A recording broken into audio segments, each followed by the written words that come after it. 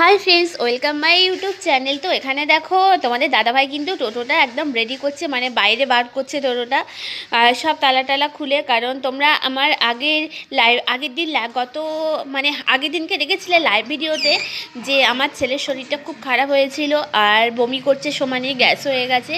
তো হঠাৎ করে দুদিন ধরে শরীরটা খুব খারাপ, ওর কাম্মা ওষুধ এনেছিল, খাইয়েছিলাম, কিন্তু তবুও কোনো কাজ হয়নি, সমানে বমি করে যাচ্ছে।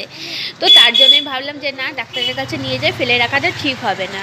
তো দেখো এখানে তোমাদের দাদাভাই টোটো বার করে নিয়েছে, ছেলে উঠে গেছে, আর এখানে দেখো ডাক্তারের কাছে নিয়ে চলেও এসেছি। তো দেখো ডাক্তার পেটে হাত দিচ্ছে বলে, ও কিন্তু মানে রেগে যাচ্ছে একটুখানি, কারণ ওর গায়ে কেউ হাত দিক সেটাও একদম পছন্দ করে না। তো যাই হোক ডাক্তার হাত দিচ্ছে বলে, আর ওর পেটেও একটু লাগছে, যেহেতু জোরে জোরে টিপছে।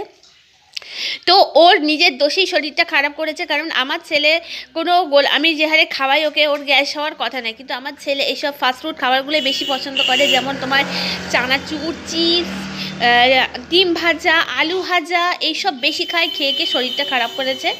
তো যাই হোক দেখো এখানে ডাক্তার দেখানো হয়ে গেছে, ডাক্তার ওষুধও দিয়েছে, গ্যাসের ওষুধ দিয়েছে, পেটে ব্যথার ওষুধ দিয়েছে, তারপর একটা লিকুইড গ্যাসের ওষুধ দিয়েছে।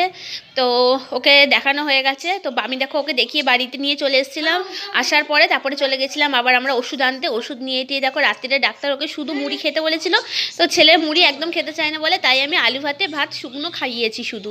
ও তো এসব খাওয়া একদমই পছন্দ করে না জানো, গোলা খাবার ছাড়া, কিন্তু বাধ্য হয়ে তো খেতে হচ্ছে। এখন এই যে এই লিকুইড ওষুধটা দিয়েছে, আর দিয়েছে তোমার গ্যাসের ওষুধ দিয়েছে সকালবেলা খালি পেটে খাবার জন্য।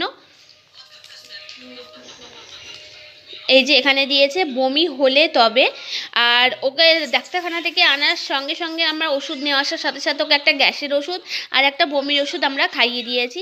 তো এই হচ্ছে, তাই কিন্তু ভিডিও দিতে পারলাম না। তো চলো এই ভিডিওটা কীরকম লাগলো একবার অবশ্যই কমেন্ট করে জানিয়ে দিও, আর আমার ছেলেটাকে তাড়াতাড়ি সুস্থ রেখো, ঠাকুরের কাছে প্রার্থনা করো। টাটা।